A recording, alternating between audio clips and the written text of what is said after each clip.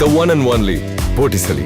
Botticelli and Raphael, shirts and trousers. சேலத்தில் திமுக இளைஞரணி மாநாடு நடைபெறக்கூடிய அந்த மாநாட்டு திடலில் இருக்கும். இந்த மாநாடு வந்து பார்த்தீங்கன்னா பல லட்சம் பேர் அமரக்கூடிய வகையில் செய்யப்பட்டிருக்கிறது.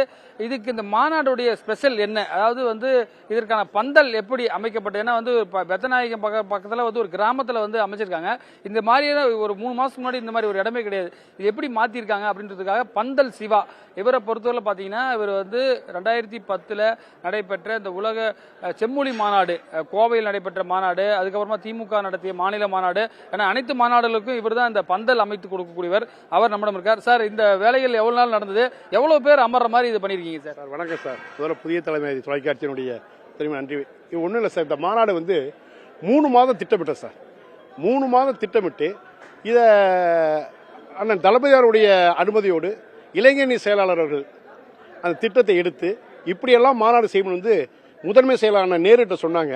நாங்கள் 3 மாத காலங்கள் இந்த இடத்த திட்டமிட்டு மாநாட்டை 100 ஏக்கர் ஒரு தனி கிராமம், மாநாட்டு கிராமமாகவே இதை வந்து பேரறிஞர் அண்ணாவினுடைய திடல் கலைஞனுடைய அரங்கத்தில் இந்த மாநாடு தூங்கிட்டு இருக்கு சார். சரி, இப்போ எவ்வளவு பேர் அமரலாம், எவ்வளவு சேர்ஸ் போட்டிருக்கீங்க? இது வந்து மழை வந்தாலும் வந்து நிலையாத மாதிரி பண்ணியிருக்கீங்க. இது மற்ற மாநாட்டு காட்டிலும் எவ்வளவு டிஜிட்டல் ஸ்கிரீன் வச்சிருக்கீங்க சார்? ஏன்னா இது வந்து 2வது இளைஞரணி மாநாடு. இது சார் முழுக்க முழுக்க உயர் தொழில்நுட்பத்தில் இந்த அரங்கம் அமைக்கப்பட்டிருக்கு. காரணம் என்னன்னா, தலைவர் கலைஞனுடைய அவருடைய அந்த சிந்தனைகள், ஆனால் தளபதியினுடைய உழைப்பு, இரண்டையும் சேர்ந்த கலவை தான் சார் இளைஞரணி செயலாளர். இளைஞரணி செயலாளர் ஒன்று ஒன்றா திட்டமிட்டு கொடுத்தார். இந்த மாநாடு இவ்வளோ பெரிய வெற்றி. ஏறத்தாழ உள்ள பார்த்தா 100 ஊடகங்கள் வந்து பேட்டி போயிட்டு இருக்கு. நான் இதுவரையிலும் வந்துங்க 50 வருஷம் இந்த தொழில் இருந்திருக்கேங்க. 4 தலைமுறைங்க. ஏன்னா 10 ஜனாதிபதி, 10 பிரதமர், 25 நீங்கள் கூட கேள்வியில் கேட்டீங்க. நான் வந்து திருவாரூர் மாவட்டத்தில் கலைஞருடைய கிராமத்தில் வடுவூர்கிற ஒரு ஊரில் தாங்க பிறந்தேன். முதல்ல கட்டமணியில் தான் இந்த தொழிலை துவங்கணும். இன்னைக்கு 50 வருஷம் ஆச்சு. நான் உங்களை அடிக்கடி இதை சொல்கிற ஒரே ஒரு விஷயம் என்னன்னா, இந்த தொழிலை எடுத்து வெற்றி பெறது ரொம்ப கஷ்டங்க. என்ன காரணம்னா, முழுக்க முழுக்க கடின உழைப்பு. நீங்களே பார்க்குறீங்க, ஒரு உயர் தொழில்நுட்பம். அது காரணம் என்னன்னா, இளைஞரணி செயலாளர் வந்து திட்டமிட்டு அண்ணன் நேரு கையில் கொடுத்தார், இப்போ இப்படிலாம் செய்யணும்னு. ஆனால் இளைஞரணி செயலாளர் நான் என்ன கண்டுபிடிச்சேன்னா, அதை போய் பார்க்குறப்ப அண்ணன் அந்த புத்தகம் விற்கிற இடம் அது முரசொலியுடைய கட்டிட வளாகமாக வரணுங்கிறாரு. ஏன்னா முரசொலியில் டெய்லி பத்திரிகை படிக்கிறது, அப்போ அங்கே புத்தகத்தை விற்கிறாரு. அன்பகம், இது இளைஞர்களுக்கு வந்து அன்பகத்தில் வந்து அறிவூட்டக்கூடிய அளவுக்கு அதில் வந்து வரலாற்று கண்காட்சி முரசொலி மாறனுடைய பெயரில். அப்புறம் இதெல்லாம் சொல்கிறப்ப நான் ஒரு நாள் நைட்டில் ஒரு மணிக்கு அப்படி யோசனை போயிட்டு இருந்தேன். இப்போ இளைஞர் செயலை இவ்வளோ பெரிய செயல் செய்கிறப்ப அவர் மாநாட்டுக்கு வாரத்துக்கு பற்றி எப்படி வரணும் அப்படிங்கிறதுல அவங்களுடைய இல்லம், அந்த கோபாலபுரம் இல்லத்தையே கொண்டு வந்து இங்கே அமைச்சிருக்கோம். மாநாட்டு மேடைக்கு பின்னாடிங்க கோபாலபுரம் இல்லத்தையே அமைச்சு அதில் 3 அறைகள், ஓய்வறைகளை எடுத்து அங்கெல்லாம் செஞ்சுருக்கோம். ஒன்று திட்டமிடப்பட்டிருக்குங்க இந்த மாநாட்டு அரங்கங்க. நீங்கள் ஆரம்பத்தில் தேசிய நெடுஞ்சாலையிலிருந்து 1 கிலோமீட்டருங்க. மாநாடு வந்து இன்னைக்கு ஒரு பெரிய சிறப்பு புதிய தலைமுறைக்கு. ஏன்னா ஒரு தமிழன் வந்து உலக சாதனைக்காக இப்போ சற்று முன் தான் பதிவாகி டெல்லியினுடைய சிறப்பு குழுவிலேருந்து அங்கேருந்து செய்தி அனுப்பிட்டு இருக்காங்க. ஏன்னா இன்னும் ஒரு 1 ஹவரில் தெரிஞ்சிடும் உலக சாதனைக்கு போதா, லிம்கா ரெக்கார்டு போதா, ஏதோ ஒன்றுக்கு போகுது.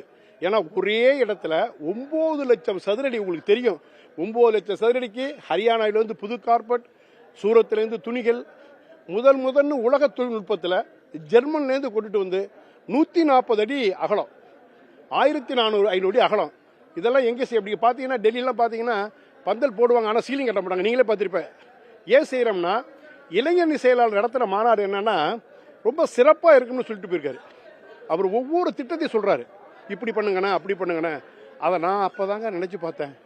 நான் ஒரு 40 வருஷமாக இந்த கட்சியில், ஏன்னா எங்கள் ஐயா வந்து திமுக, நான் இந்த கட்சியில் நான் பணியாற்றின 40 வருஷத்துலங்க என்ன ஒரு பெரிய சிறப்புனா, காஞ்சிபுரத்தில் அண்ணாவினுடைய 100ஆண்டு விழா அப்போ தளபதி வந்து அந்த மாநாட்டை சிறப்பாக நடத்திட்டு இருக்காரு.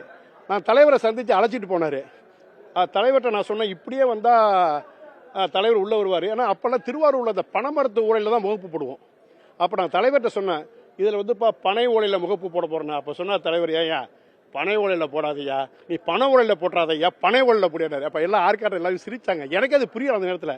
அப்புறமா தெரிஞ்சுக்கிட்டேன் தலைவர்கிட்ட ஒவ்வொரு அந்த இலக்கியம் நளினம்.